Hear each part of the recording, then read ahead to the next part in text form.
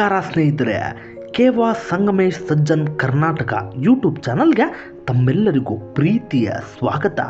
ಸ್ನೇಹಿತರೆ, ಇಂದು ಕೇವಾ ನೋನಿಯ ಬಗ್ಗೆ ತಿಳಿಯುತ್ತಾ ಹೋಗೋಣ.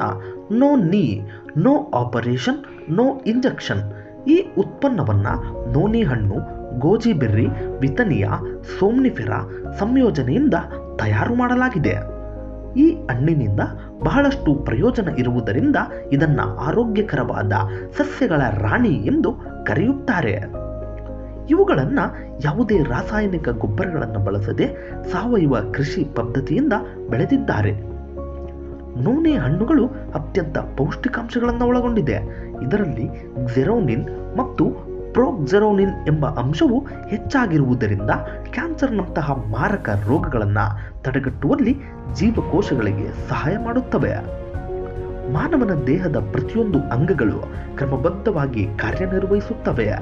ದೇಹದ ಕಲ್ಮಶಗಳನ್ನು ಹೊರಹಾಕುತ್ತದೆ, ಜೀರ್ಣಕ್ರಿಯೆಯನ್ನು ಉತ್ತಮಗೊಳಿಸುತ್ತದೆ, ರಕ್ತ ಪರಿಚಲನೆ ವ್ಯವಸ್ಥೆ ಸುಧಾರಿಸುತ್ತದೆ, ರಕ್ತದ ಒತ್ತಡವನ್ನು ಸ್ಥಿರಗೊಳಿಸುತ್ತದೆ, ಸಕ್ಕರೆ ಕಾಯಿಲೆಯನ್ನು ನಿಯಂತ್ರಣದಲ್ಲಿಡುತ್ತದೆ, ಹೃದಯವು ಸರಿಯಾದ ಕ್ರಮದಲ್ಲಿ ಕಾರ್ಯನಿರ್ವಹಿಸುತ್ತದೆ, ಕೀಲು ನೋವು, ಬೆನ್ನು ನೋವು, ಊತ, ಸಂದು ನೋವುಗಳನ್ನು ನಿವಾರಣೆ ಮಾಡುತ್ತದೆ, ಅಲ್ಸರ್, ಗ್ಯಾಸ್ಟ್ರಿಕ್, ಅಸಿಡಿಟಿ, ಅಲರ್ಜಿಯನ್ನು ಹೋಗಲಾಡಿಸುತ್ತದೆ, ಸಂತಾನೋತ್ಪತ್ತಿಗೆ ಸಂಬಂಧಿಸಿದ ಸಮಸ್ಯೆಗಳನ್ನು ನಿವಾರಿಸುತ್ತದೆ.